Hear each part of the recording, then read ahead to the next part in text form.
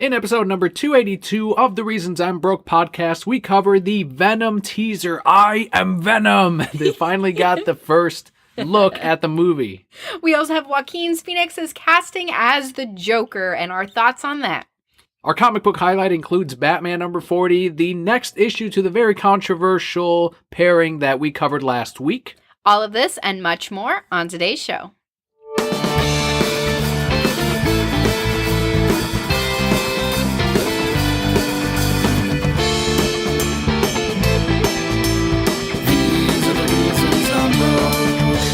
Hello and welcome to the Reasons I'm Broke podcast, bringing you the reasons we're broke every single week, ranging from comics, movies, TV, video games, and more. I am Darth Daniel. And I am the mighty Emperor Kelli. Ow, fuck, I turned my neck wrong.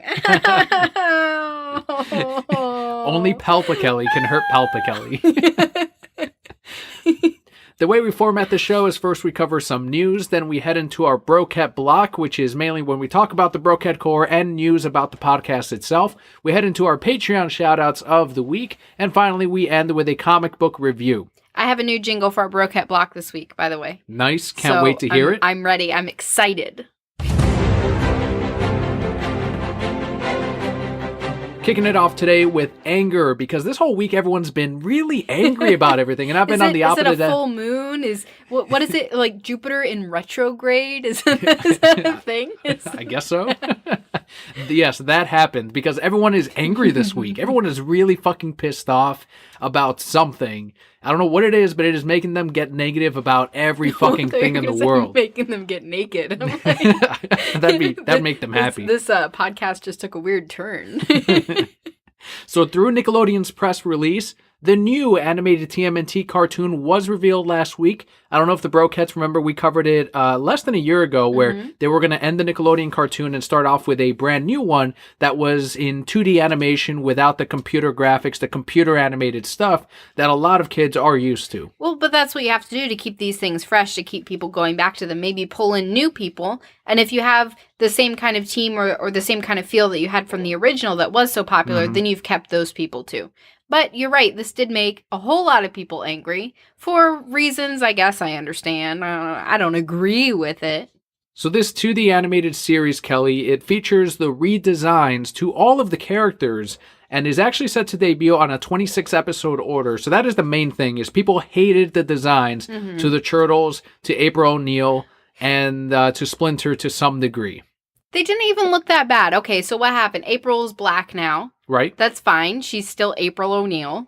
We have different species of turtles for each of the turtles. Yes. Which people hate. But I think they look really cool. I think that's a great touch. Cool, yeah. Like, whatever, they're mutants, guys. Like, they can mutate into anything they want to.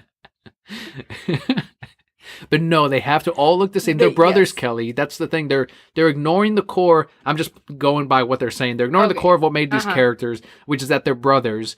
So they have to each look the same. But they're brothers. They're family. You don't have to be blood related to be a family. Look at fucking Splinter and the Turtles, goddammit. That's Holy her dad. Shit. They're not even the same species. That right there. It's like, did you guys forget the very origin of the fucking Turtles? And you know what else? They're mutants. So, and it's fiction.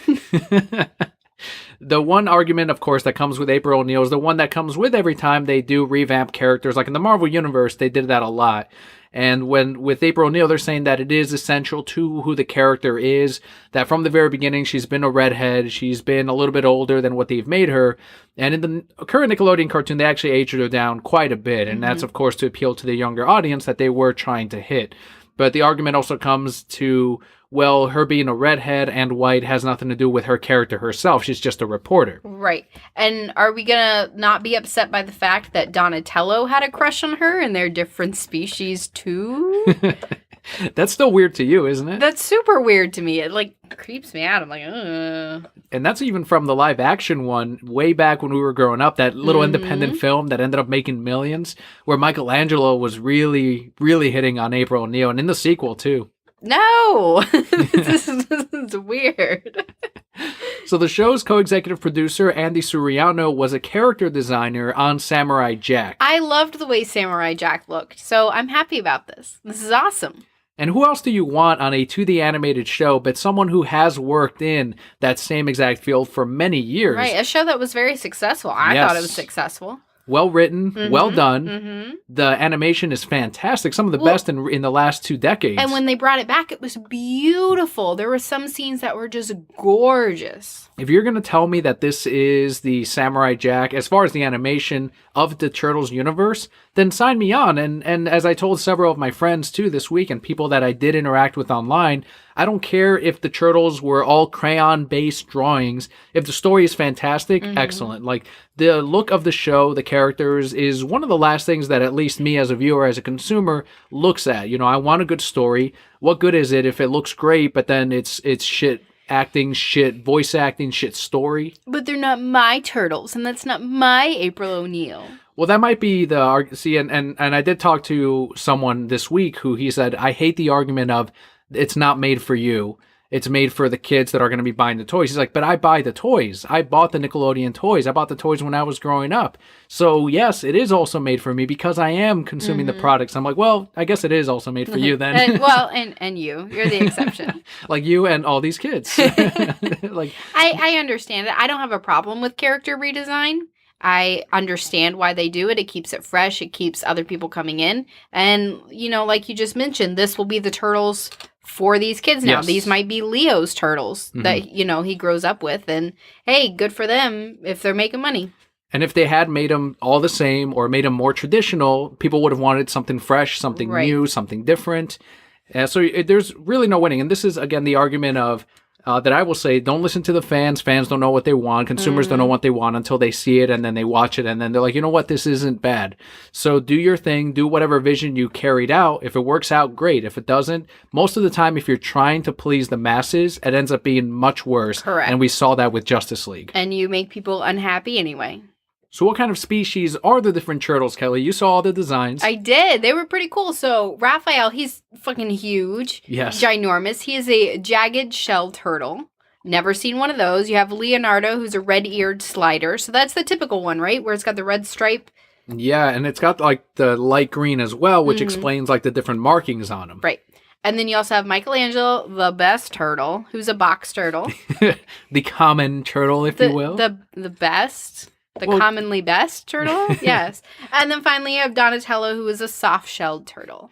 I am glad that they didn't make Donatello out to look overly nerdy, like and I like the second of the live action, more recent TMNT Turtles, but they gave him those giant glasses, and it's like, fuck, man, they're all supposed to be great. So I hope this cartoon is still that of they're all great masters, they're all great fighters.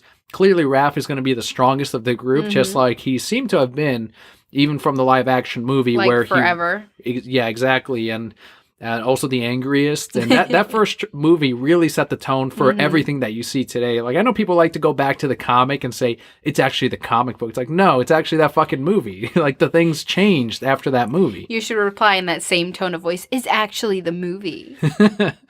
I had one guy on the Nickelodeon tweet, and it was just obviously all negative, but I just said, oh, can't wait to give it a shot. All it is I can't wait to try it. It does not imply anything positive. It does not imply anything negative. It's just, it could be, I can't wait to see it to trash it. I can't wait to see it to not trash it. I can't wait to see it. All it is I really just want to give it a shot.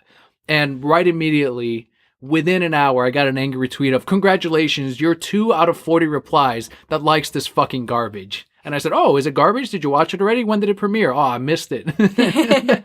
See how he really read your tweet was, I can't wait to try this. And that guy agrees with me. And he's like, I do not.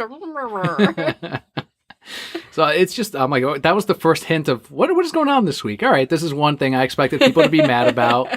You know, most of the people that are vocal against this probably won't be watching it. It's going to be the viewers that are also watching Teen Titans Go and everything else on Cartoon Network, or in this case, Nickelodeon. And I, for one, am happy that it's going to be 2D animation because that'll look really cool.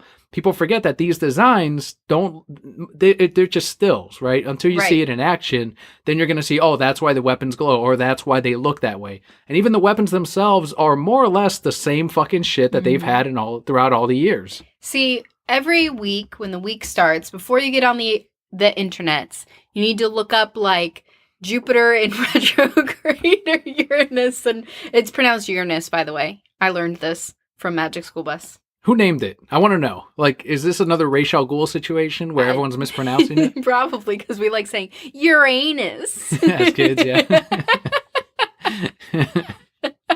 I learned a lot from Magic School Bus this week. You point out like trivia shit to me too. Like in the background, there's this other character that they met in this episode. I'm like, oh shit, fucking Miss Frizzle does have several boyfriends.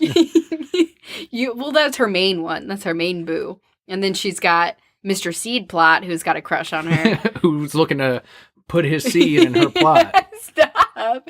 Let me just, you watch every episode 5 times and then don't quote trivia to me, okay? There's only like 40-something episodes. And once again, I didn't even apply anything negative and you got defensive. I actually want to learn more about Miss Frizzle. She's pretty cool. She's the best. Especially after that actress got it yelled at by that actor, or by that director.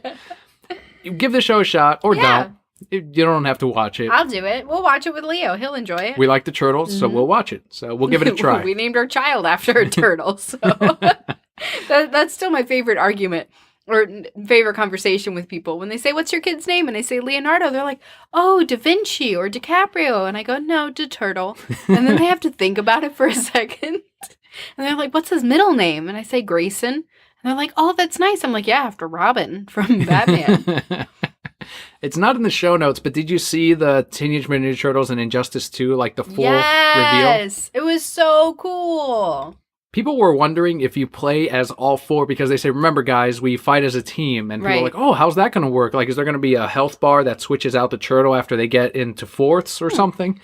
But instead, and NetherRealm Studios actually got kind of cheeky with it on Twitter. They're like, for those of you asking, how do you choose your turtle? And they put up a video of like the menu, here's the characters, choose the turtles, choose your fucking turtle. Like that's all it is.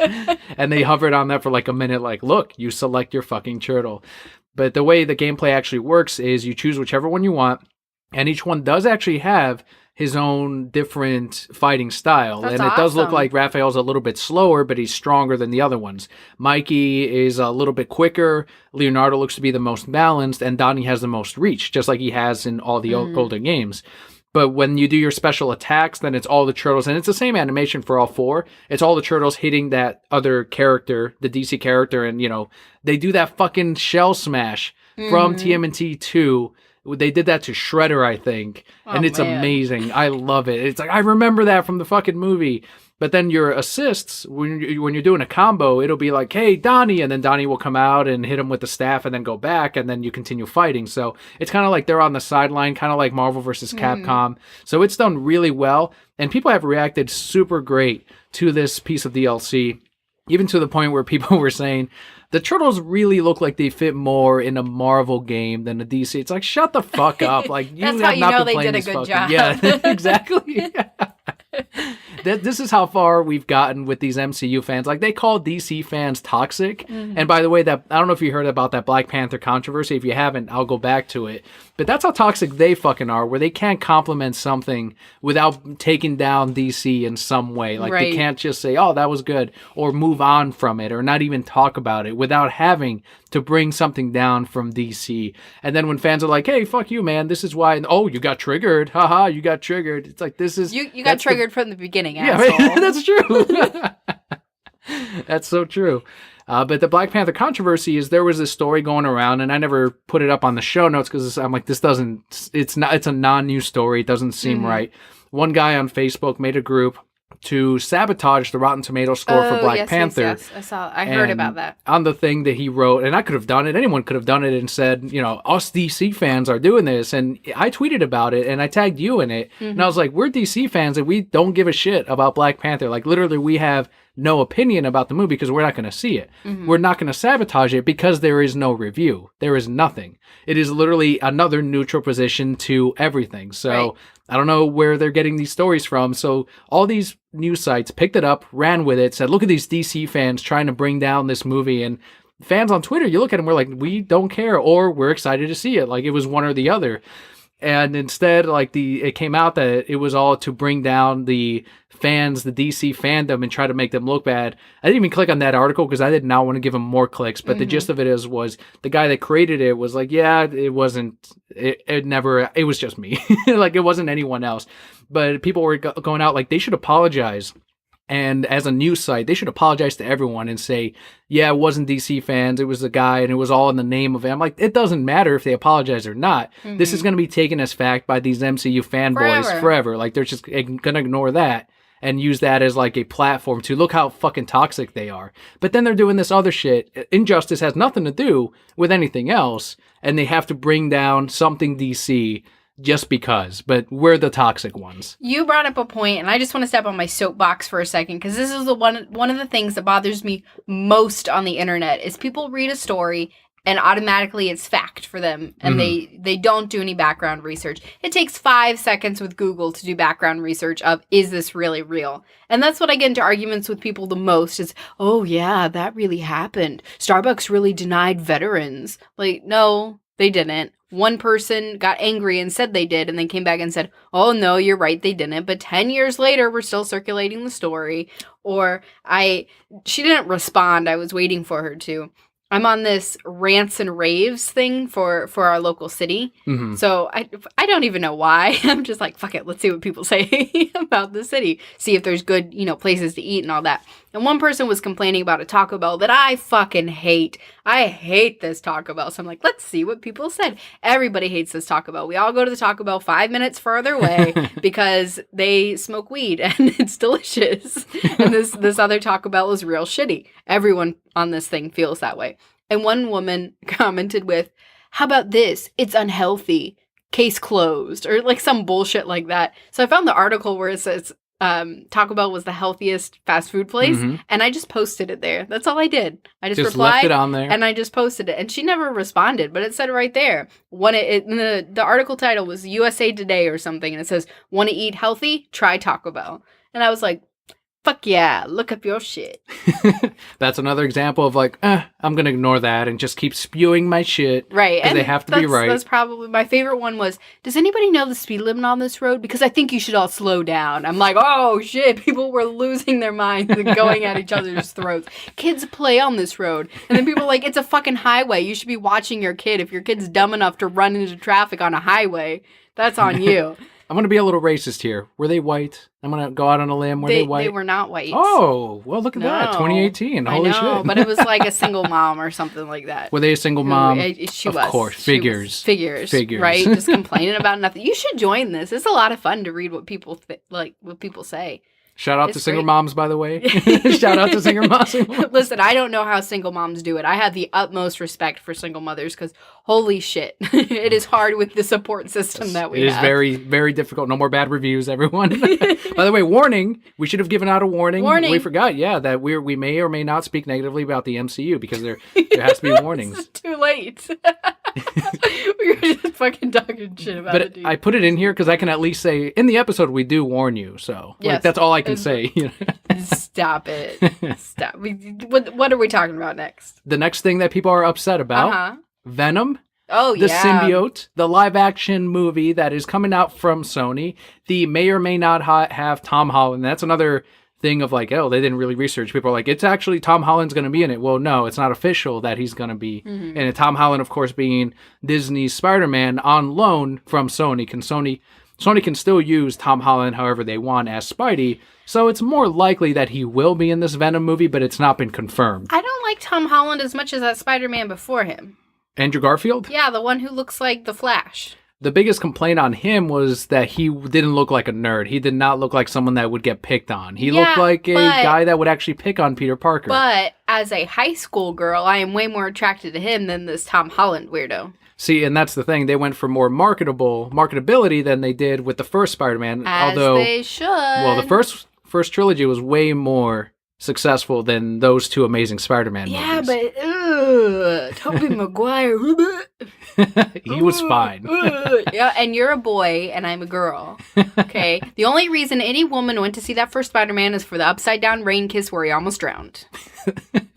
That was all over the place too. Yeah, it sure Kids' Choice Awards. They sure had. was. That was the only reason I went to see the movie. I remember I sat in the very front row. My friends are like, we just saw this, but we're going to go see it again because of that upside down kiss. And I was 13 or something. Like, fuck it. Yeah, let's go. Except I didn't say fuck it when I was 13. But I went and I was like, oh, that kiss. And then you saw Tobey Maguire's face and you're like, ugh. Well, about 5 years later, you saw Venom on the big screen and you went, ugh. because it's another moment in which the studio listened to the fans. I don't know if you remember, but Raimi wanted the Lizard and Sandman for the third movie. And all these people, and someone brought it up on Facebook, like, Daniel, they didn't really have social media. There was no Twitter quite like it is now. So fans weren't really telling Sony, we want Venom. And I was like, no, they were on forums. They were all over forums telling Sony that they do Venom. Ever since the first fucking movie, they're like, we want Venom in one of these movies. Do Venom and Carnage. Do Venom and Carnage. And finally, by the third one, the studio went, it seems like we'd make a shit ton of money if we put this Venom character in here.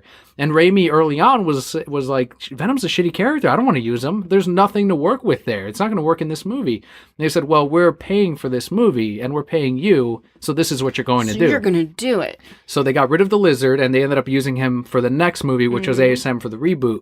And instead they put in Venom. And at that point, Raimi was much like Snyder, like, this isn't my movie anymore, and put more effort into the fucking scene with Bruce Campbell and Tobey Maguire and I believe Gwen Stacy than he did in the rest of the movie. So that was one case in which the studios listened to the fans and it ended up being the worst of the trilogy. However, it did make the most money of the three movies. So I don't know, like, maybe they're right. It killed the franchise, unfortunately. It got rid of their director. So I think they would have been better off if they used the Lizard, because the Lizard is a better character than Venom. And that's one thing that I always point out to people. It's like, look, if you like Venom, great. Admit that you like him because he looks cool, though. You can't give me a good Venom story that is Eddie Brock. You can give me a Flash Thompson one. You can give me someone else, maybe the Scorpion. But you can't give me an Eddie Brock story that's like, that would make a good movie. It just doesn't happen. And what's the reason we're watching the Venom movie? Because of Tom Hardy. And Woody Harrelson. Yes, both of them. But people, like you mentioned, are really, really pissed off about this trailer because you don't see Venom. Because they're going to show Venom in a teaser trailer right off the bat. Because they've finished the stupid CGI that you need for Venom already. All bets are laid upon how he looks in this movie. Because again, that's his whole character. People only like him because he looks cool. Right. And he's got a cool design. And that is it. You don't like his backstory. Like, come on, fuck off. You don't. You really don't. You like the way he looks. Right. So that's why they're so focused on, I need to see what he looks. Does he look cool? If he looks cool, then it's going to be a good movie. Whereas we're like, fucking Tom Hardy. They gave us a shit ton of Tom Hardy. I would have liked Woody Harrelson, but it's just a teaser. So maybe they'll reveal Woody Harrelson in the full trailer. Hopefully. I thought the teaser looked fine. It got me kind of excited for it. I'm not a Venom fan by any means. I think he looks weird and spooky and not for me. It's basically Spider Spawn, right? Yes, and I don't like Spawn either, so... And I'm not a huge fan of Spider-Man. But I thought the teaser trailer was very well put together. It got, I'm sure, fans that didn't just care how Venom looked. It got them excited to see it. I thought Tom Hardy looked like he was acting as great as he always does. Yes. Like, I'm on a table, my eyes. I mean, that's why. Symbiote is raping my asshole. That's how it enters. That's how it enters, Eddie. Just don't fight it. Stop clenching. And I'd be in the audience like, yes, very good. Okay, Aronofsky. Tom Hardy is going to do a great job, and that's why we're going to go see it. And it's going to be probably the best movie that you'll have with Venom in it, unless they let fucking Aronofsky do one of these fucking things. No, they were never going to let Aronofsky do one of these. Because Venom would just be a metaphor for bullshit life and stuff. For addiction, most likely. There you go. Yeah. So Venom itself, the movie is set to release in October, right in time for Halloween. And the story itself looks to have not necessarily it got off of Spider-Man and now it's going to get onto Eddie Brock. It looks like they're using it as more of a scientific discovery, the more Ultimates version of Venom, which was a cure for cancer. So in this case, it looks like maybe Eddie Brock has that and he's a candidate. Or, I'm just pulling from what they have shown so far. Didn't the symbiote come from space? Or in the originals, yes. In Secret Wars, which you had on Comic Book Men. I did. I wasn't. I don't you know should be the expert on I this. should. Okay. You're like, I'm an expert on black suit Spidey, not Venom. There's a Thank you. difference. Thank you. So in theory, couldn't it be an alien artifact that maybe he was infected with, and then they're running tests on him, and that's why you see him on the table like blah, blah, blah, but then he breaks free and he's like blah, blah, blah. In theory, yes, but they seem to show the symbiote encapsulated in I don't know if you noticed that part, but it's encapsulated in like a big tube, like a tank. See. And then they bring it out, and I'm assuming that he is the test subject for this particular suit. So I think that's the route they're going with, which is the Ultimates version of Venom. You know what they're gonna do? Is he is a former military person, because Tom Hardy is always a military person, and something, he needs the suit. Well, that would also incorporate Flash Thompson in there, because he came back from war, lost his leg, and then when they put the suit on him, he was able to run around again and walk again. So that might be it. Like, maybe they do fuse some of the different, and they need to, because if it's just Eddie Brock, it's not gonna be a good movie. We're gonna be watching it for the acting. You say that, but they could make a good story with Eddie Brock. Yes, if they incorporate, if they change things. Eddie Brock himself have to change things. Yeah, yes, of that's course. what I'm saying. I'm not saying they don't, but they don't have to necessarily make it like Flash Thompson for it to be a good story. They could just make a good Eddie Brock story. As long as it's all new, yes, they can. Yes. But they should just make him Flash. Just make him fucking Flash Thompson. Fuck. That's what I've been saying. Make it Agent Venom. Don't make it Eddie Brock. But I know everyone wants to see Eddie Brock. They want to see the giant jaw with the teeth and the sliming. And I better see some brain eating in this, because that's what he did. People forget he eats brains. No, not my Venom. That Venom. And he's very fucking witty. And he has jokes. So if you're like, oh, that dark brooding Venom is Venom. No, actually, it's actually as jokey as fucking Spider-Man. So this movie is set to release on October 5th. This is probably the touchiest subject of everything we do talk about on the news today. And it comes out of the Lobo film that is still in development and is actually moving forward with a director. According to The Wrap, Michael Bay is in talks with Warner Brothers to direct the solo Lobo film. So the report from The Wrap included that Michael met with Wonder Woman screenwriter Jason Fuchs for a draft of the movie. Dwayne Johnson was in line to play Lobo back in 2012, but eventually passed to negotiate and play Black Adam. So we still don't have a Lobo. They'll probably get The Rock anyway. He's in everything. Or Chris Pine. Michael Bay, who, of course, directed the Transformers movies, several of them. So you know what we're going to see in this movie? We're going to see Lobo's motorcycle and a real close-up of all the gears inside Lobo's motorcycle, and there's going to be some light flashes. Isn't that Michael Bay's thing? No, that's J.J. Abrams, who just did Force Awakens, and then before that, Star Trek. No, see, this is how much I like Michael Bay.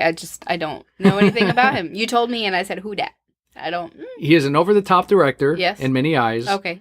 Directing an over-the-top character, right? Lobo? He didn't do the Turtles movie, did he? He did both of them, yes. Oh, I don't remember those either, so... Very stylized, right? Yes. Very big. Yes. Lots of, people always say lots of explosions, but there's lots of everything in those movies. That's what you need with Lobo. You need lots of exactly explosions for Lobo.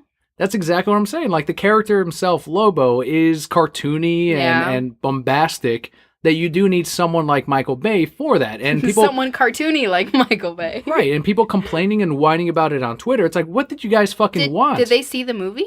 Did they want, well, what I want, it's like, do you guys want a psychological study of Lobo? Something real subtle? Like, ooh, no, it's like, you get someone that can give you the fucking colors that you want on the big screen. And you know what? Lobo's not even cute. So that's what it always boils down to me. Are they attractive?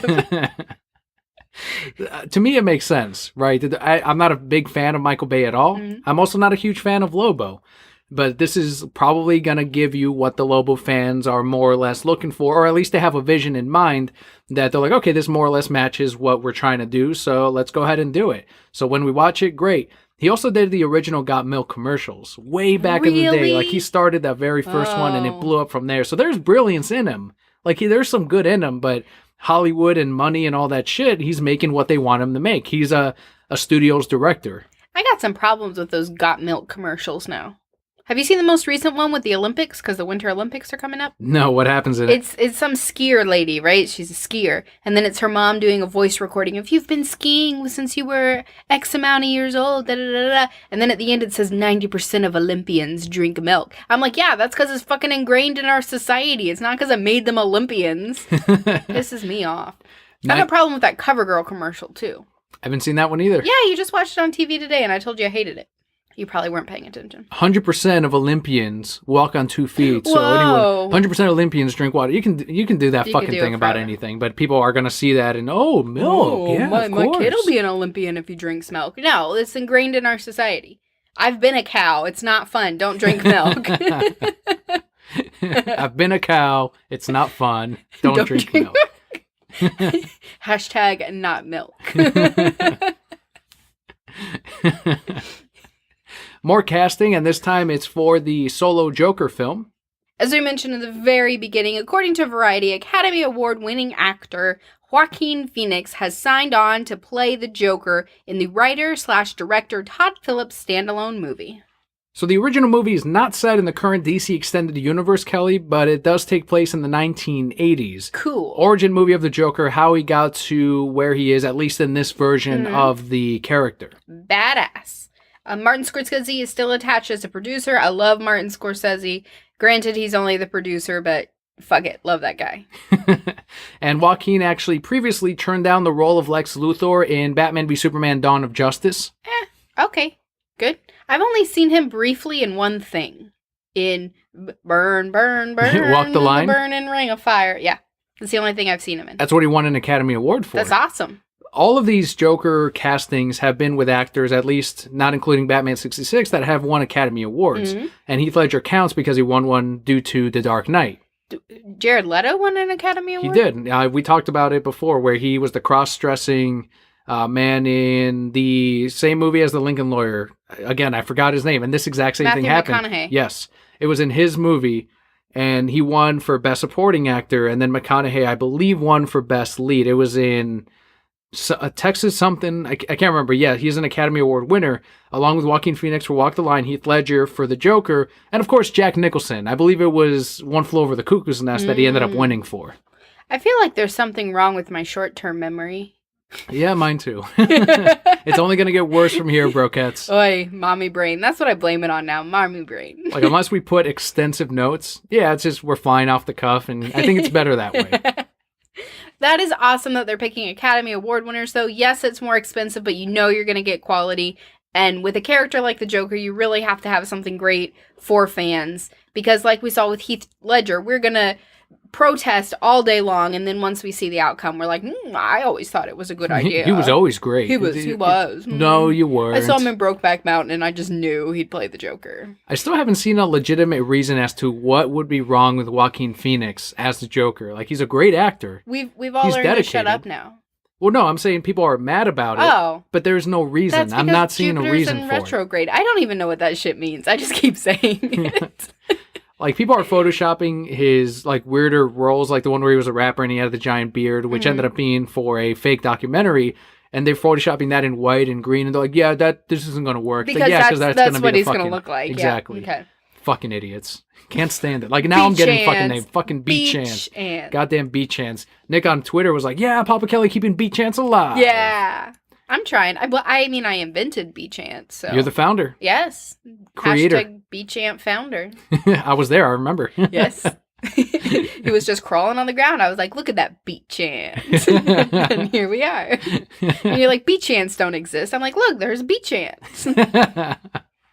I still don't know how they exist. Like, only Florida, of course. Well, they've adapted to live on all that sand. Like, there's no way they have tunnels. It's fucking sand. What do you think they live in our backyard? Oh, that is all fucking of Florida sand, is Shit. sand. Goddamn. See, if you watch Magic School Bus, you would know about ants. I wouldn't be ignorant. Because I watched Keisha's documentary on ants and all the different kinds of ants. I know about all of them and the pheromones. I should do a Magic School Bus podcast. You should. You really should. Cover every episode, and then that's it. Yeah. Call it a day. Yeah, all of them. So DC Comics is actually also aiming at a younger audience, and that's with their latest imprints. And those are 2 more coming later this year. They're called DC Zoom, which will aim at middle schoolers, and DC Ink, which will be geared towards young adults. DC Ink will launch with 2 original graphic novels, Harley Quinn and Mara. If you launch anything, you do it with Harley Quinn. The DC Ink novels will be 192 pages, priced at $12.99. Not bad. And then the DC Zoom will feature 128 pages, priced at $9.99. So just to be clear, before we go into the talent behind this new line, these are not going to be single issues. These are actually going to be more like trade paperbacks, kind of like the Paul Dini Eisner Award-winning A Dark Knight that came out, but they're aimed at younger adults. So some kind of like the Goosebump books, or kind of like, but in comic book format, where it's all original stories that weren't originally incorporated into like newspapers or strips. Oh, and also we're DC fans. Do I need to like put that disclaimer in there too? Yeah, you should. So we really like these because we're DC fans. So some of the artists and writers you're going to see in these two lines include Ridley Pearson, who does Kingdom Keepers, Shay Fontana from DC Superhero Girls, and Dustin Nguyen from Little Gotham, and more. Theme song for everything. Like, really? I'm great at theme songs. I don't know why I haven't been hired by a theme song company. Because I can't sing. Join Fiverr. So Kingdom Keepers, DC Superhero Girls, Little Gotham, all of which were aimed at younger readers. Yep. And I can say for sure that two of those are solid. DC Superhero Girls and Little Gotham is amazing. Kingdom Keepers, that's the Magic Kingdom one that takes place in Disney, right? That's fucking huge. When those first came out, I heard so many people talking about those. Yeah, the only reason I'm not, saying good things about it, I've never read it. I've never seen any of those. I know they did comics based in that same universe. Maybe the Haunted Mansion was a Kingdom Keepers title. If it is, then yeah, fuck that. But at least we know that the Kingdom Keepers series was a success, and you're bringing in the talent that knows how to write for that particular audience. We do have a quote here from Diane Nelson, president of DC Entertainment, who says, quote, "The first comic books created decades ago were for kids, and as the business evolved and matured, it became more focused on adult readers. DC Inc. and DC Zoom present an exciting new opportunity to grow our publishing business and ensure beloved stories built around iconic characters like Superman, Batman, and Wonder Woman are endeared as part of the fabric of childhood for years to come." End quote. So you're creating your future readers. It looks like the company that maybe they did a market study, whatever it is, where they said, we're kind of missing the sales that originally maybe they had almost, maybe 50 plus years ago, where there were kids buying comic books, and now they're adults and they're still buying comic books, which is great. But you want to secure your future in that comic business. And so they said, we're probably not focusing enough attention to the younger readers. So why don't we go, not only just say, okay, here's a couple of comics like they did before, like with Little Gotham. Great, they're fine. It's working fine with Scooby-Doo and the Scooby-Doo team-up books. But it's like, why don't we actually put a full line of, these are original stories that are thicker. These are trades. These are original graphic novels. We can put these in schools. We can put them in libraries and not worry about the shelf life on them as issues. Instead, you can put them, they put that plastic binding. I don't know if you remember that on the covers, which I always wanted to do to my books, because I'm like, I want to protect mine too. Keep them safe forever. So this is a full effort of, why don't we try to really push these characters to future readers? I think that this is a fantastic idea, and part of me was biased for two reasons. One, I love DC. I like that they're bringing more stories out, because even when they're for kids, I enjoy them as well. Little Gotham, I loved Little Gotham. It was one of my favorite series, so I'm appreciative of that. But also now as a mom, thinking about my kid growing up and wanting to encourage him to read and to learn these different things, and I'd also like him to enjoy art as much as you do, and that's something that comics can really tie together, is he can enjoy the art and he can read at the same time. So eventually these books will be geared towards him.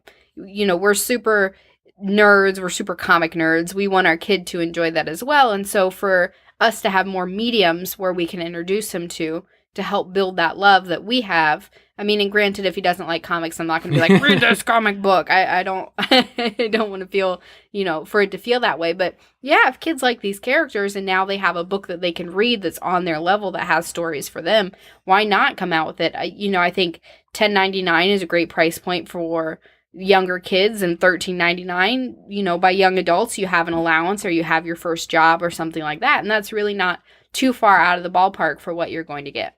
Yeah, they're not like the regular trades now, which can be, $19.99, $24.99, $29.99, and then if they're like the thicker volumes, $34.99, or even the hardcovers. So thankfully, these aren't hardcovers or soft covers. They're going to be a little bit cheaper, and it's because the younger readers, as you mentioned, need to buy these things. Something for the older readers like you and I. People have been wondering, where is Brian Michael Bendis going? What's going to happen to his older properties, the stuff that he actually owns? Is that going to go to DC?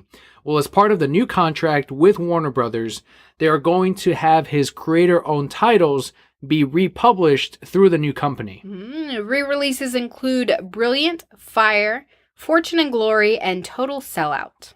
New issues to Powers, The United States of Murder, and Scarlet are going to resume later this year, also through DC's publication. So if you want to continue the story, they're simply moving over to the new publisher, which is great for Brian that he got to retain all those rights and not like, oh, now those belong to Marvel, so someone else is going to write them. He made sure early on to say, this goes with me if I ever leave here. Hell yeah. And I mean, great for DC too, that they now have these new titles that they can bring over. And now you're pulling in all those readers from those original titles. And maybe you can throw in a Batman backup story in the back now. Not that they're going to do that, but pull them over into DC as well. One book that has pulled DC in really well with readers and more with casual readers. Like there's one thing where I've noticed that not only are the people that are picking up, a stack of books each Wednesday, and then the ones that are picking up maybe 4 books a month, all of them have Batman White Knight in that stack. Like the small stack and the big stacks. Batman White Knight has hit all of these points where the casual reader, the lighter reader, the heavier reader, they're all going to read this book and pick it up. And it is Batman White Knight, as I mentioned before. It is really hitting that stride with everyone. It is gorgeous in artwork, gorgeous in writing. And that's something that's not common, where you have the artist also writing it and kicking ass at the same time. It's super rare for that to happen. Right, and they must have seen that it's doing so well because in a recent Twitter Q&A, Sean Murphy, the writer and artist, hinted at a Volume 2 series for the Batman White Knight. It's gone through multiple printings. It's sold out at multiple printings. Why not continue doing it? I'm like, yeah, more of this fucking shit. Bring it on. In it, he expanded on the possibility of pairing Poison Ivy and Neo Joker, along with more on the classic Harley Quinn Joker relationship. I am so enjoying this Harley Quinn Joker relationship. It's awesome. I love what he did with it. It's really clever that, this is Batman the Animated Series Harley Quinn, and this is the New 52 Harley Quinn from Suicide Squad, and they are actually different characters completely. This is the one that legitimately, I think, loves the Joker. The other one is obsessed with him because she became more... he saved her life, essentially. Right. She's obsessed with the idea of him more than having real feelings for him. Right, and then the animated series Joker is actually trying to save him, and I haven't seen that idea before, and no idea is original, so maybe there is something on Tumblr that some guy or some girl created first, but as far as comics and as far as us who love Harley Quinn and have pretty much read everything Harley, we never came up with that concept of what if there are 2 Harley Quinns, and it works. It really works in White Knight. Well. And that's why he's writing it, and we're still sitting over here just talking about it. Well, Sean Murphy is also a huge Batman the Animated Series fan, along with Batman 89. I could tell. I read the recent White Knight, and I was like, I see what you did there. I was going to say, there's a lot of references in the backgrounds and the writing itself. It was a Big Rock from Killer Croc was in there at one point. So awesome for us as fans of the animated series, too. But not everyone is happy that there's going to be a Volume 2, unfortunately. Stupid Jupiter. More angry negativity. And that is why we haven't done it in a few episodes. We have this week's Nerd Rage Reaction! I like my sound effects better than yours. So you like... Yeah, I mean, DBZ. You can say DBZ sound effects are bad. I should do a Magic School Plus / DBZ podcast, because I am an expert on all those things.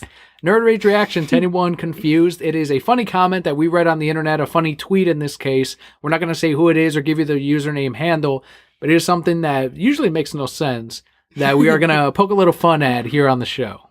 And this week's reaction is, no, don't really need this sequel. So don't buy it. Don't read it. Whoa. Don't fucking buy it. Look at that. That's one thing. It's such an easy solution to this because you can just pretend there is no Volume 2. Okay, I'm only going to read Volume 1. And I'm done. And in your mind, that's all. But clearly he's already read Volume 2. That's right. And he didn't need it. So he's just letting us know from the future. Ahead of time. Right. Exactly. That we don't need it. But rather than give us examples of why we don't need it, he's, no, don't need it. You know what? I'm going to find this guy and I'm going to reply with the Taco Bell article. Just paste it. Best fast food. Healthiest fast food. I don't care if Volume 2 is shit, because if it sells, then great. I just want to sell this book all day. Well, seeing what we've seen so far, it's hard to believe that Volume 2 would be shit. I'm sure he already has a story planned out for where it's going to go, so it'll be fine. Calm down. As always, there is more with Batman and the new story by Tom King. He's actually going to be teaming up with artist Lee Weeks, and they're going to do a Mr. Freeze story arc in the current Batman ongoing. I love Mr. Freeze. He really is one of the top 5 villains in comics. He's great. And that's once again thanks to the animated series. So Lee Weeks has previously worked on the art for the current and sold out Batman Annual #2 and the Batman Elmer Fudd special. Look, I like Scott Snyder. He gave us the Mr. Freeze brand new origin in the New 52 with the annual, but it wasn't the greatest. Honestly, Scott Snyder does have some misfires, and I'm going to go ahead and agree with you on Dark Knight's Metal. It's not the greatest story. Thank you. And now that we're into issue 5, I'm like, all right, it didn't really, I thought it was all building. Okay, let's see where we go, but it just kind of stayed scattered. So there's a bit of a lack of focus in Dark Knight's Metal, unfortunately, but the characters look cool. The covers are metallic, so So let me ask you something about that. Does that mean that your wife is always right? You were right about this for sure. Absolutely. Is your wife always right? It was more of I wanted to wait and see. I didn't want to immediately condemn this series as the worst, but we do have White Knight, which is better. We have Doomsday Clock, which is great. Yes, and I've said both of those are great. And what did I say I'm not even going to get into it because Papa Kelly's always right. Look at that. So if we get a better version of Mr. Freeze and the Batman current than we did with Snyder's, and it's like, all right, he had a mohawk. I didn't have as much. The fan design, the Capullo's design wasn't for me. It wasn't great, but I just wanted a good story. And in this case, it was less about Nora, and it was more about him being insane as a child. So I was like, yeah, I don't like that as much, though. That's the whole tragedy. The story is perfect, as is with Mr. Freeze. And they tried to do something different. It didn't work in this case. So let's see what happens in Batman. So talking about Tom King and all the awesome stories that he writes, like the great Mr. Freeze he's going to write, and the Batman and Catwoman, which is the wonderful, perfect part of my life right now. We do finally get the payoff for the proposal in Batman #24, and it will take place as a what's that word, Dan? what do you see right there? So it's a fucking wedding issue. Batman #50, Bat Cat Wedding. Isn't it dun dun dun dun dun dun dun? I don't know what the wedding song is. That's a Christmas song that you're singing. You're singing "Joy to the World," and yes, joy. Do not have joy. Joy to the world. Right, Batman good. and Catwoman are married. I'm glad you're happy. But you were close. It goes da na na na na na na na. That is the wedding song. Or da na na na na na na na na na na na na na na. That's what I was trying to sing. Oh, I never know what you're trying to sing. You're mixing songs all the time, making shit up. I like wedding issues. I really do, because they sell till the end of time. The wedding issue in Spider-Man is fantastic. There's a wedding issue in The Incredible Hulk that people always buy.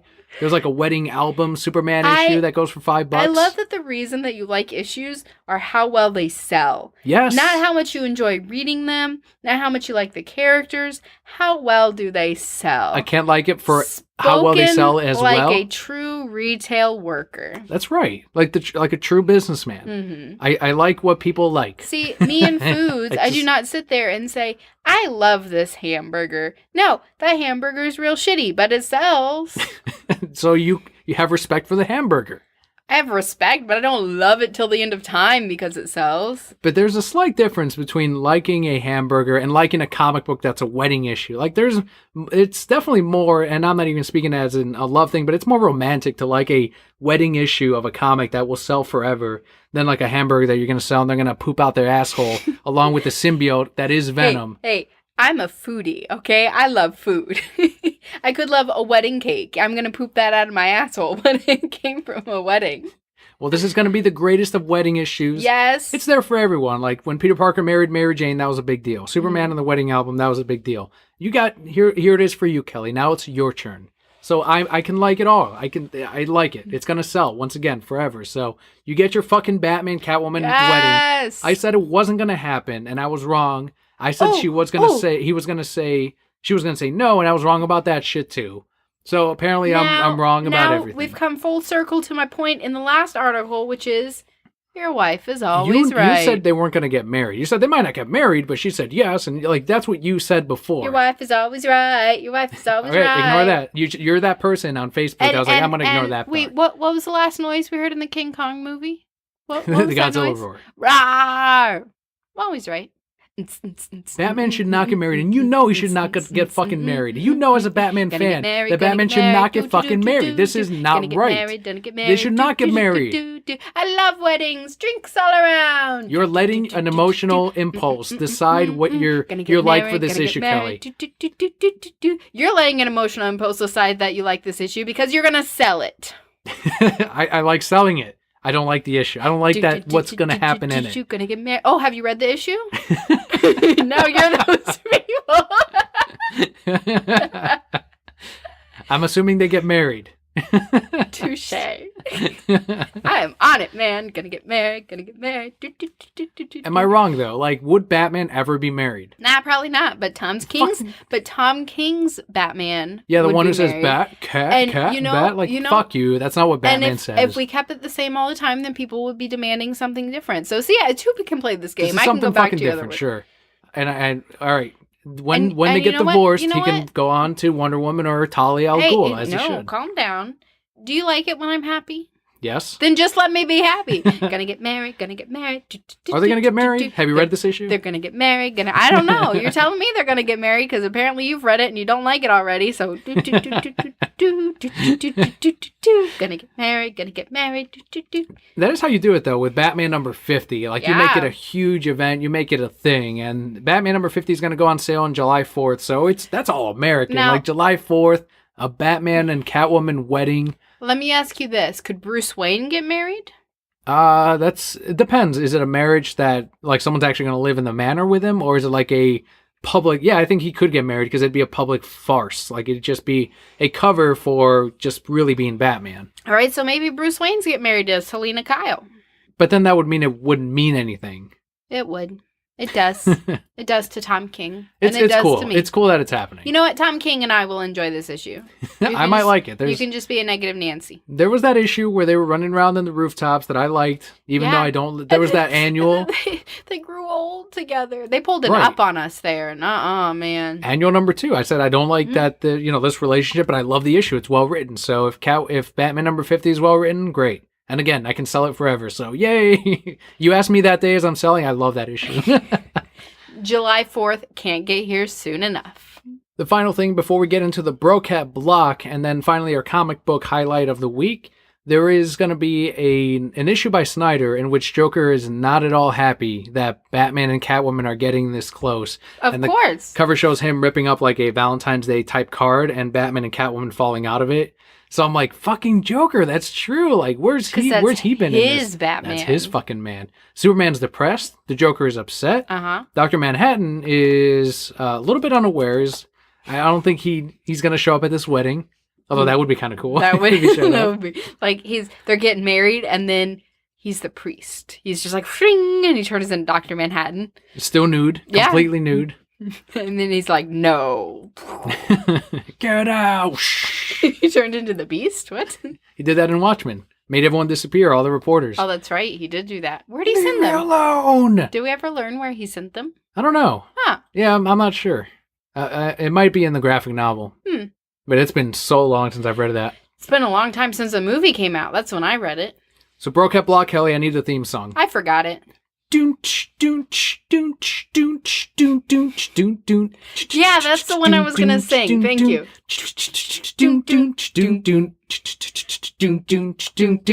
That is a great one. That's what I was going to sing because I was like, it's something Danny always sings. And then I remembered at the beginning of the episode and then mommy brain happened. Like I said, my short-term memory is going. And then I forgot what it was, but then you remembered for me. This is why we're married. You complete me. So a couple ththings that happened for the podcast this week. So Brocat Blog kicks off with Facebook frames that I didn't talk about last time. I put together 2 of them. So if you're unfamiliar, if you have Facebook, go in the app and you go in the camera option, there's all of these different frames that you can choose from that Facebook has put up. Different companies have put up. Justice League had their different faces that you can put on. You can be a different Justice League member. And I came to find out that anyone can really, if you have a page, you can make your own as long as you have skills in Photoshop, which I do have, not great ones, and that's why I didn't design the current logo. But I did do logos in the past. I do all the t-shirts except for the one with the current brand new logo, but even that I converted into white, so it would work on darker shirts. So I can do some of that stuff. And I do a lot of Facebook Photoshop work for my local comic book shop too. So it's just been years of all those skills being used in a variety of ways. I've used it for you and your work as well too, and my parents and all kinds of stuff. So as soon as I saw, okay, what are the requirements? What do you need? Okay, a PNG file with a transparent background. I can fucking do that. That's easy. But what do I make? So I tested it out first just to make sure the formatting was right. And it's like, okay, something simple, something like our YouTube channel where it has the white version of our current logo and it can go on any background. Slap a black shadow behind it so it does pop. Done. And it came out well. I was like, all right, this is great. That's a good one. And Kyle Inge actually was the first one to use it. While he was at the DMV, he took a selfie and it had the Reasons I'm Broke thing on it. So since then, I was like, all right, let's do the All Will Be Well, which apologies, we didn't use it last week, but we're going to do that sign off this week. But it is the All Will Be Well, of course, by our buddy Jeff Johns, who's following us on Twitter. Used it for many years on the Green Lantern series. And it says Brokehead Core at the very bottom. So you can take a selfie or a picture or whatever, your comics, with the All Will Be Well frame. So as long as you like The Reasons I'm Broke on Facebook, facebook.com/The Reasons I'm Broke, you too can get access to this frame and take pictures. All Will Be Well, Brokehead Core. Was Kyle the first one to use it, or was I? He was the first. Oh shit, you did. Yeah. What? I don't know. Actually, I think he took a picture right before that one. Stop it! Really? I think he did. Yes, because you showed me that one, and I was like, yeah, okay, awesome. Did you post that yet? No. On Twitter? Yeah, you should post that on Twitter. I will. Let's see. I took this at 11:44 a.m. on January 30th. All right, Kyle, I'll leave it to you because I don't remember when he posted it. And he has his profile in his pocket, I'm sure, so he can probably give us a date. So send Palpa Kelly a tweet and let him know if you were earlier. And the correct answer is yes, Palpa Kelly, you were the first. So try out that Facebook frame, Brokehead Core. Once again, at The Reasons I'm Broke on Facebook. You can search that as well. Also, Dave Jackson's appearance. I don't know if you guys know who Dave Jackson is. I listen to a ton of podcasts about podcasting. And that's another way to improve our show and also to see what other shows are doing and just to get other ideas. And one of his shows is called the Podcast Rodeo Show. And in this one, and you should have heard of Dave Jackson by now because he won one of the podcast awards last year. Yes, that's awesome. So congratulations to him because he wasn't in our category. So huge congrats to Dave Jackson. Well done. But he also does the School of Podcasting in which he helps people start up a podcast. Does a ton for people that are looking to start, and then his shows are about improving other shows. So if you are in the world of podcasting at all, you've heard the name Dave Jackson. Well, the Podcast Rodeo Show is him reviewing shows and seeing how long he can hang on for, and that's why it's the Rodeo Show. And usually he'll critique the shows when there aren't people jumping in line. He'll do a random number and say, okay, that's the category. Pick me a number from 1 to 300. Okay, that's the show. And then we'll start listening to it. And from there, then he will review the show, critique it, and then that gives me a good idea of what to do and what not to do on the show. And I've been hearing the Podcast Rodeo Show for a few months now. Implemented some changes already since then, and then finally decided like, okay, let's see what this new format, how this does on the Podcast Rodeo Show. So went through Dave Jackson's Fiverr, and it's like, all right, let's go ahead and give The Reasons I'm Broke a go and see what he has to say, because we're always looking to improve the show forever. And I think if there was something massive, the Brokehead Core would let us know. But we don't get negative feedback as often as I guess I would like to my satisfaction. And it's not like, oh, we're doing everything right. I know we're not. Like, we're going to have a better show 5-10 years from now. At least I think. I don't know. 5-10 years? Woo. We've already gone over 5. Wow, really? Like yep. Woo.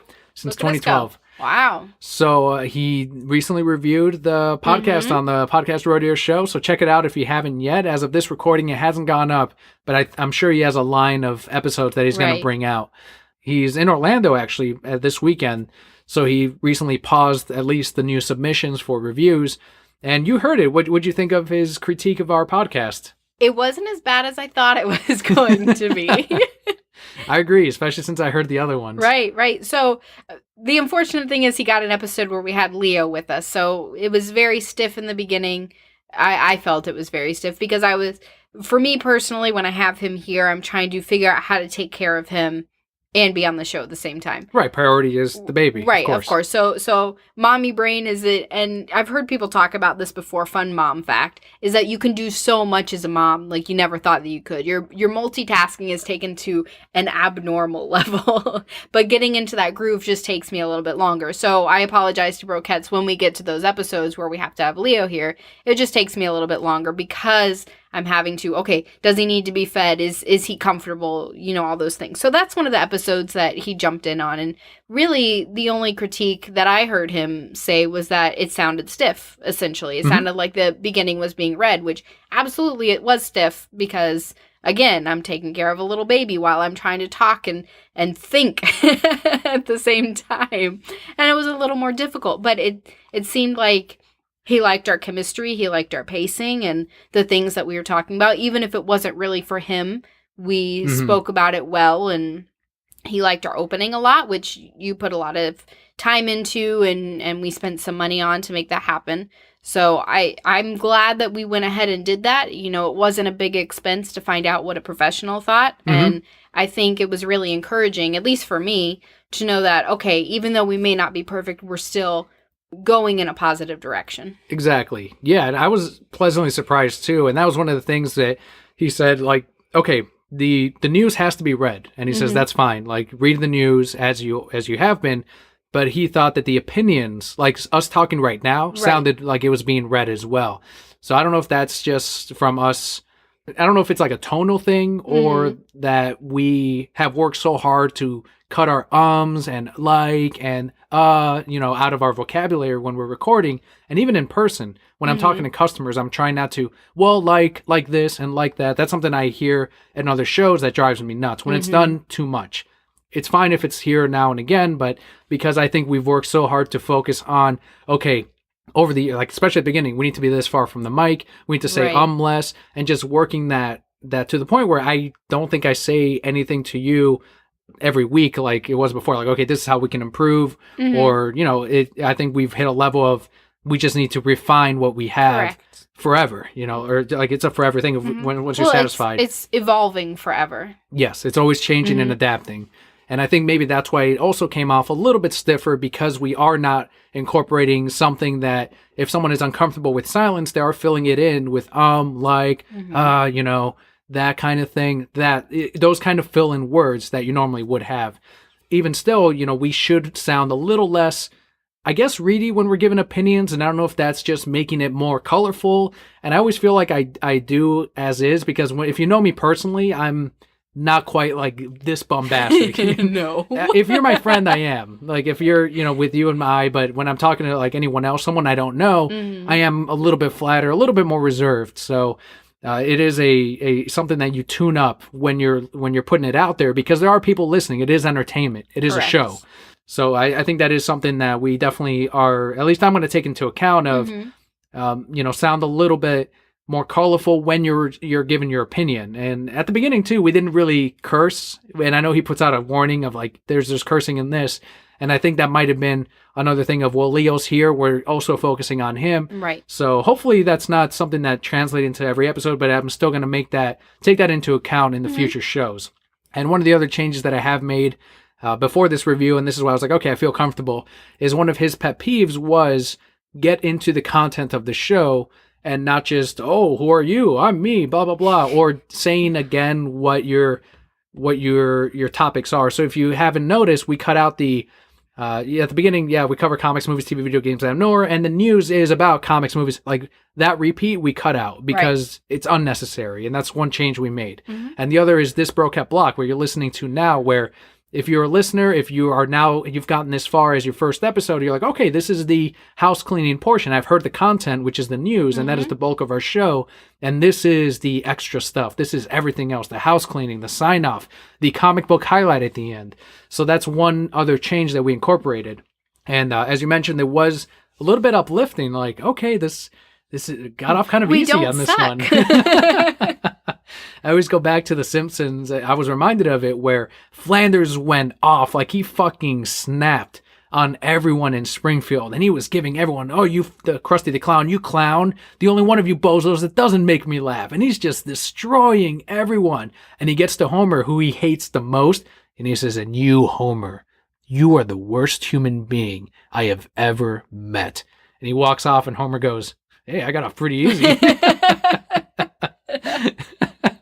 Because everyone else was being roasted. Right. But he was like pure honesty to Homer. And I was like, oh shit, that was good. Like, I'm fine. So that's what I was reminded of. I was like, okay, it wasn't quite as bad. Like this was all legitimate things. And from someone like Dave Jackson, it's like he said the audio was good. He said the chemistry between us was great. And that's something if you go to so. Well, sometimes you hear some of these shows where the hosts don't really match up well.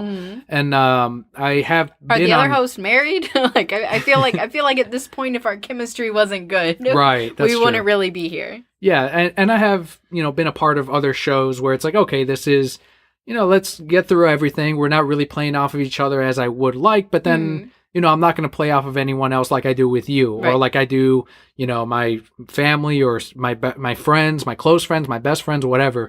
So it's like, all right, I get it. But it is good to hear that it's like, yeah, what's happening here between you and I, the conversation, it's not something that you can just put in a show note or like there has to be something there. And if you go to our iTunes reviews, the most common thing is the chemistry is great between these two. That's always like the common thing in all those. So I think that's all I have to say about the Podcast Rodeo Show. I think it was a great review. Definitely check it out if you haven't yet. Yeah, I think it was really great for us to hear that. But that does lead me to the point, and I believe we say it almost every single week. If you guys have any feedback for us, we're never going to be like, no, this person, stop listening to us. Like, if you have something legitimate, we'd love to hear it. Put it out on Twitter at Reasons I'm Broke. And we might take it into consideration and change something, and we might not. Right. Like the guy that sent us the bad review, the 2-star review, he actually also tweeted us as well. Like, this is what I meant. And I have still been listening. And I had some brokeheads kind of pile on a little bit on them. And, bless them as well. I like all of you. But if you feel that you're still getting great entertainment, if you're still listening after leaving that 2-star, like maybe bump it up to a 3 and let's see if we can work it up to a 4. We're almost up to a 5. I still think you can solve all your problems. Just change it to a 5. It's fine. Like everyone would. It's whatever. And the reason why Dave Jackson said the audio sounded good, a big reason, is because of our Patreon Brokehead backers. So let's head into our Patreon shout-outs of the week.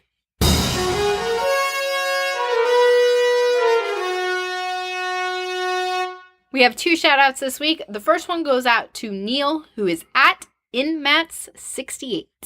And the second one goes out to John on Twitter at John72Tex. Neil was very thrilled that the Eagles take the Super Bowl this year. The country was thrilled, except for New England, that the Eagles won the Super Bowl. I don't watch football, but I know that a majority of people don't like the Patriots. We hate the Patriots. I don't watch football, and I hate the Patriots. Are they like the New York Yankees of football? You gotta translate baseball. Oh, okay. I gotta relate it to you. So they're like the Twins of football. But the thing is, only I dislike it. It's me and every White Sox fan. That is part of the reason that I dislike the Patriots is because my dad is a Colts fan. Same division? And I think so. Okay. I don't know. No, I don't know. Anyway, we fucking hate the Patriots. But now there's more controversy in the Patriots because they're cheaters. They're fucking cheaters. I mean, they got caught cheating. I'm sure there's several cheaters. They got caught cheating multiple times, and nobody does shit. The running joke is the Patriots have extra players, and they all wear black and white stripes. I got that one. You did. So everyone was happy that they lost. I was joking with some of my coworkers. I was like, yeah, they cheated to lose. And they're like, what are you talking about? I'm like, well, because we all expect them to cheat and win. So to make sure they lost, because 4 minutes before the game was done, they were beating the Eagles by 1 point. And then suddenly the Eagles won in the last 4 minutes of the game. They cheated to lose, please. And they're like, they wouldn't do that. They would cheat to win. I'm like, no, they're trying to get us into false sense of security and think that they're not cheating anymore. But they're still cheating. And John on Twitter, once again, we can always count on him to like our Harley Quinn, Bruce Timm posts, whether they're on Facebook, on Instagram, on Twitter. If it's Harley Quinn, John's going to like it. He probably likes Harley Quinn as much, if not more than we do, because he has an original Bruce Timm commission, an original Bruce Timm Harley Quinn piece of artwork. Does he have these pajamas right here? I guess he doesn't. No. John, do you have Harley Quinn pajamas? If he doesn't, then we might be even again. I think we are even. Thanks. And if you do have the pajamas, you must have cosplayed as Harley. Just because I'm not Mrs. Moneybags. I like how we don't know if he won it in a drawing. He personally had Bruce Timm come over to his house and draw him this. It wasn't gifted to him. He didn't win it somehow. So thank you so much, John and Neil, for your Patreon support. If you too would like your shout out every single month, head on over to patreon.com/thereasonsimebroke. And for as little as $1 a month, you too can get your monthly shout out, and you can get your podcast, this show, early every single week. But of course, our podcast will always be free. The best thing you can do for us is leave us a great review on iTunes. Let your friends know about us. Reach out to us on Twitter @ReasonsI'mBroke, @PalpaKelly, and let us know what you want to hear more of, what you liked. If you haven't left us a review on iTunes, please take 2 minutes to do it. The star rating is great. If you leave a written review, it's even better. We're still not at the 5 stars that we used to have. We're at about 4 3/4 of the way on iTunes rankings as far as the rating. So if you haven't yet, please leave us a review on iTunes. We also want to give a huge thanks to decalavenue.com for the help at the $5 decal reward tier.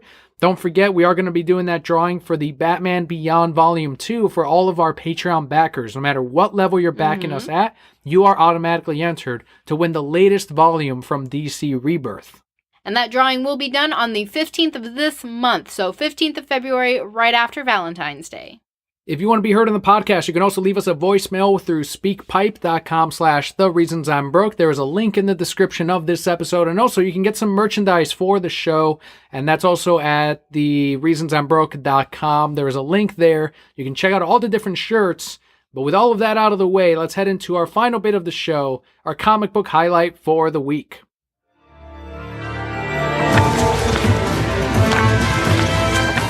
This week is Batman number 40. This is written by Tom King with art by Joel Jones, and the colorist is Jordi Belair.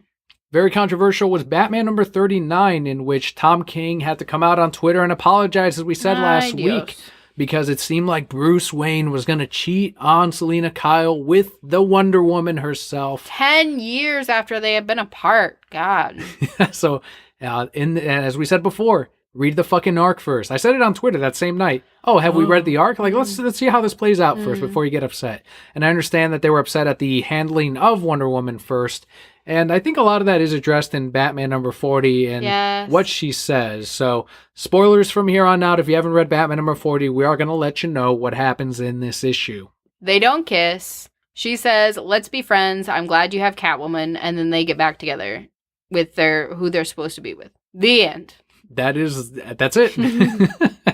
Would you have been mad at Batman if you couldn't have been, because you said it's 10 years. It's 10 years, and he thinks he's never going to see Catwoman again. They don't know that it's only been seconds for Catwoman. It's been 10 years. And then we find out it's really been like 40 years, and the whole so you're telling me for 40 years, Batman held on to the hope that he would see Catwoman again for 40 years. 40 years. That's a ridiculous amount of time. 10 years was a long ass time. I would not have been angry. I would have been like, look at the context of the story. It's been 10 years. It's not like they got there and 2 nights later, they're like, okay, let's go. Like, our loved ones aren't here. It was it was a lifetime. I like how at the end, Batman says, I wasn't perfect. There were some waivers. And she says, well, you got to try harder. And he says, this is a first for me. And it is, where he's engaged and he's used to just sticking it in everyone and every woman in the DC universe. Like, that's Batman. It's amazing. He's spreading his amazing genetics to every woman in the DC universe. I'm sure Dr. Manhattan can make himself a woman, breed with Batman, and Batman's genetics would overwrite Dr. Manhattan's as the better. Well, hell yeah. That just got weird, brother. That's a Tumblr story right there. So I thought it was, he was there. And even she says, you've been years with the Wonder Woman, almost as if saying, like, if you didn't, like, that's fucking Wonder Woman. Right. I don't know. I can see why people are upset if I want to put myself in their shoes, but at the same time, look at it logically, look at how many years it's been. 10 years is a long... We have been together 10 years, and how long is that? Mm-hmm. Imagine not seeing me for that whole expanse of time, and then to still be able to call it cheating. Listen. I do like also that Catwoman, I can't tell if she trusted him or not. I think she was worried. I think she was worried, and it's because it's Batman, right? You know what he's gonna fucking do. But she says she knew what was happening, that it was gonna take so much longer, and she's like, "No, you're done seeing your loved one. I need to see fucking Bruce." Right. And even though she gets him for a lifetime, and he only got to see his significant other for an hour, I think it was, she did not care about him. She only wanted to see Bruce and get him out of that long ass fucking loop. Yeah, well, in that instance, again, she was thinking about her loved one. It wasn't about her. For her, it would have only been seconds, but she knew for him that it was years. And that wasn't a great situation to put him in. That's what you do in a relationship. You know, you think about the other person first. What are they going through? What are their needs that I need to take care of? And that's what you take care of first. I did like, too, that they answered that there's no aging as far as Batman and Wonder Woman in those years. So they stayed young in their prime. You know, fucking, he gets hard-ons and for 40 years, like, they didn't change, they didn't age, they didn't get tired. Right. So I thought that was, and I'm sure that's like that's a piece of DC history. It's like, okay, yeah, we know that doesn't happen, but I didn't know that before reading this. So I thought that was really cool, that it's like they could have been tempted throughout this whole time, and it simply didn't happen. And even Wonder Woman was like, yeah, I care about Steve Trevor too, and he deserves someone wonderful for who he is, and Catwoman deserves someone wonderful for who she is. So be that wonderful person for them, and that's kind of where they left it. And there you go, fucking angry ass fans. 40 and I'm sure, years. And I'm sure they didn't fucking read Batman number 40 anyway, so it didn't even matter. He could have cheated and he couldn't have. They still are this upset right now. But that's a comic book highlight. I'm sure you liked it with your romance, your Batcat, Team Batcat. Loved it. Me as Team Wonder Bat, I'm like, well, at least he almost kissed her. Like that, I had that bit. I had my part. It was a good issue. If you're a fan of Batman, if you like Batcat, pick it up. And that'll do it for this week's episode, Brocat Core. We hope you did enjoy it. And as I said before, if you did like it, spread the word. Tell a friend who might enjoy the show. And we have been steadily creeping up in average download numbers for each episode. So I think 2018, as we had 2017 was our best year in the podcast ever for downloads. I think 2018 right now is shaping up to be the best one yet. So we'll see how it goes. It's early on still, so who knows. But we do want to thank all the listeners that have been on, for whether this is their first episode and you've stayed on for over an hour, or if you've been on from the very beginning. Thank you so much for listening this week. I am Daniel. And I am Emperor Palpa Kelli. And Brocat Core, all will be well. We'll see you next week.